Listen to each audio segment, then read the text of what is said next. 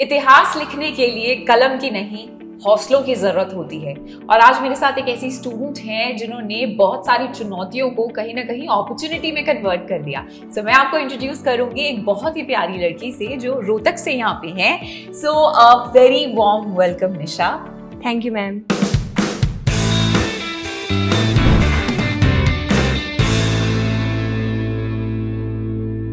So Nisha, first of all, congratulations. आपने इतना अच्छा परफॉर्म किया. We are super proud of you. How do you feel? I am feeling very happy and just I am satisfied. Okay. So Nisha, if I have to talk about your family, मतलब family का क्या role रहा आपकी life में? किसने आपको सबसे ज़्यादा मोटिवेट किया ये अपने ड्रीम को अचीव करने के लिए? मैम, हमारी फैमिली पूरी कम्प्लीटली सपोर्टिव थी। हर एक मेंबर ने हर चीज़ का, मेरी हर छोटी बड़ी नीड का पूरा ध्यान रखा और हर टाइम पे मेरा सपोर्ट किया। जब भी मैं थोड़ा सा भी डीमोटिवेट होती थी तो सभी मेंबर्स मुझे मोटिवेट करते थे। और जो सबसे ज़्यादा मेरे मोटिवेशन का जो रोल है वो मेरे पिताजी और मेरे दादाजी से आया है। एक्चुअली मेरे दादाजी बहुत ही ज़्यादा पंक्चुअल हैं। वो आर्मी में थे पहले, तो मैं उनसे हमेशा सीखती हूँ। वो बहुत हार्ड वर्किंग है इस एज में भी, और निरंतर बिना थके बिना रुके वो काम करते रहते हैं। और मेरे पिताजी भी, उन्होंने बहुत सारे स्ट्रगल्स किए हैं अपनी लाइफ में, और उनसे जो मैंने सीखा है वो मैं ज़िंदगी भर अपना याद रखूँगी। सो निशा, यूजुअली जो हमारे पेरेंट्स होते हैं वो हमारे सबसे पहले रोल मॉडल्स बनते हैं, बिकॉज हमारा लाइफ में इंट्रोडक्शन ही वही कराते हैं, सोसाइटी से हमें वही इंट्रोड्यूस कराते हैं। क्या आपके साथ भी ऐसा ही है? जी मैम, बिल्कुल। मेरे पिताजी की मैं एक स्टोरी आपके साथ शेयर करना चाहूँगी। वो एक्चुअली 10th स्टैंडर्ड में फ़ेल हो गए थे, तो उन्होंने दोबारा बाउंस बैक किया और बहुत ही अच्छा स्कोर उन्होंने अपना 10th क्लास में अचीव किया। और उसके बाद वो कभी नहीं रुके और कभी नहीं थके। उन्होंने एक्चुअली पहले वो डायरेक्शन दूसरी थी, मतलब आर्मी में जाना चाहते थे वो, but suddenly when he was to go into the recruitment, then he realised that he was colour blind. So it was a big jolt, बट he faced it very strongly, and he thought that God has thought something much better about me. तो उन्होंने फिर computer सीखा और उन्होंने computer science के साथ अपना हरियाणा में फिर वो फर्स्ट आए थे। उन्होंने जो कंप्यूटर का टेस्ट होता है उसमें, और फिर MD यूनिवर्सिटी में उनकी जॉब लग गई। और आज वो बहुत सेटिस्फाइड है अपनी लाइफ से, और आज भी वो MA योगा कर रही हैं, जो बहुत ज़्यादा इंस्पायरिंग है। और मेरी मदर के बारे में आपको कहना चाहूँगी कि वो बहुत ज़्यादा अपने काम के प्रति डिवोशनल हैं, और हर चीज़ मतलब चाहे उनको कोई भी प्रॉब्लम होती है, बट वो अपनी ड्यूटी से पीछे नहीं हटती हैं। और अभी भी उन्होंने स्टडी रिज्यूम की आफ्टर मैरिज। 10 ईयर्स के बाद उन्होंने 12th की अपनी, और उसके बाद BA करी और MA भी करी।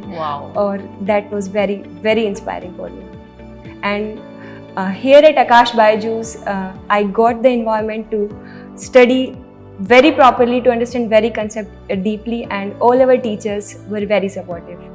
So आकाश बायजूस के सपोर्ट से और पेरेंट्स के सपोर्ट से और बाकी सभी जो भी हमारा इन्वायरमेंट है, उनकी पॉजिटिव जो एनर्जीज़ हैं, उनकी हेल्प से आज मैं जो हूँ वो उन सब की वजह से ही हूँ। सो निशा, इतनी बड़ी फैमिली है जैसे आपने बताया, और इतने सारे मेंबर्स हैं, कभी आपने ऐसा कोई मोमेंट उनके साथ एक्सपीरियंस किया हो जिनको आप सबके साथ शेयर करना चाहें और बोलें कि दैट वाज द टाइम जब मैंने डिसाइड किया कि मेडिसिन ही मेरी लाइफ और मेरा फ्यूचर होने वाला है? मैम, एक्चुअली मैं विलेज में गई थी एक बार। हमारे विलेज में भी जो घर है वहाँ पे एक्चुअली मेरे दादाजी की ओपन हार्ट सर्जरी हो रखी है। तो मैंने उनके एक्सरेज देखे और फोटोग्राफ्स देखे, तो मुझे बहुत एक्साइटमेंट हुई कि क्या है, मतलब इलेक्ट्रोकार्डियोग्राम मैंने देखा।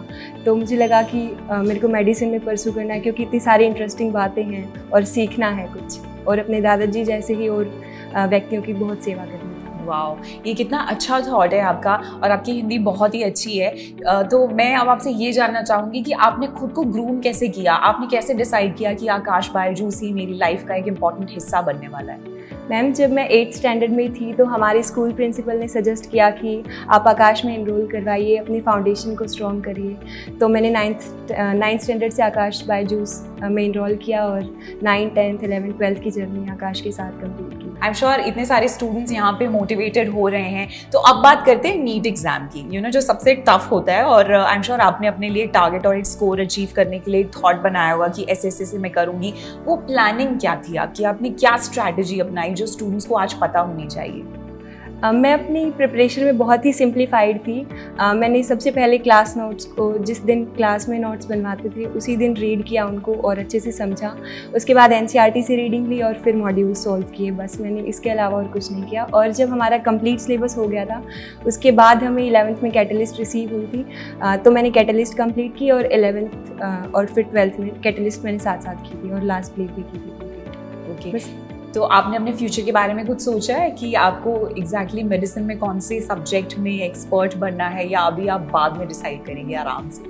अभी मैम काफ़ी लंबी जर्नी है 5.5 ईयर्स की, तो उसके बाद मुझे श्योर हो जाएगा कि मुझे किस फील्ड में जाना है। Actually right now I am planning to go into either neurology और कार्डियोलॉजी। ओके सो ये जो आपने डिसीजंस बनाए हैं, ये इसके लिए एक बहुत ही सीरियस माइंड की ज़रूरत होती है। लेकिन अब हम बात करते हैं रिलैक्सेशन की। जब आप बहुत ज़्यादा ओवरवेल्म महसूस करते हैं पढ़ाई के वक्त, आई एम श्योर आपने भी किया होगा कि अभी मैं थक गई और नहीं होगी पढ़ाई, तो उस टाइम पे आपने कैसे अपने आप को रियलाइज़ कराया कि ब्रेक लेना भी ज़रूरी है? आप क्या किया करते थे उस टाइम? मैम ब्रेक के टाइम्स पे मैं स्पिरिचुअल सॉन्ग सुना करती थी और मैं पूजा भी करती थी घर पे, और ओम का उच्चारण, मेडिटेशन, वो सब मैं करती थी। Wow, that's amazing. In fact mental health की जो बात होती है ना, वो बहुत ही इंपॉर्टेंट होती है। Every student must take care of mental health, और उसके लिए कहीं ना कहीं यहाँ पे निशा ने तो सॉन्ग सुने, स्पिरिचुअलिटी में उनका यहाँ पे इंटरेस्ट है। So any tip to all the students की ये मेरी लाइफ की जर्नी का एक लेसन है जो मैं सब लोगों के साथ शेयर करना चाहूँगी?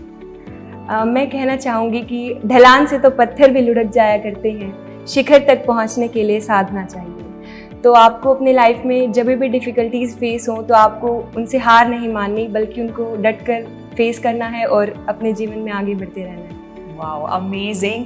बहुत ही ज़्यादा मोटिवेशनल बात यहाँ पे निशा ने बोली है। अगर अभी भी आप मोटिवेट नहीं हुए तो ये ज़रूर कहीं ना कहीं एक साइन है आपके लिए कि ये वीडियो सिर्फ और सिर्फ आप ही के लिए बना था। देखिए, बहुत सारी प्रॉब्लम्स लाइफ में डेफिनेटली आने वाली हैं, लेकिन उनके साथ कैसे टैकल करना है उसके लिए लगती है एक राइट स्ट्रैटेजी। समझ गए ना आप? और स्ट्रैटेजी के लिए लगते हैं राइट फैकल्टी, जो आपको कहाँ पे मिलेगी?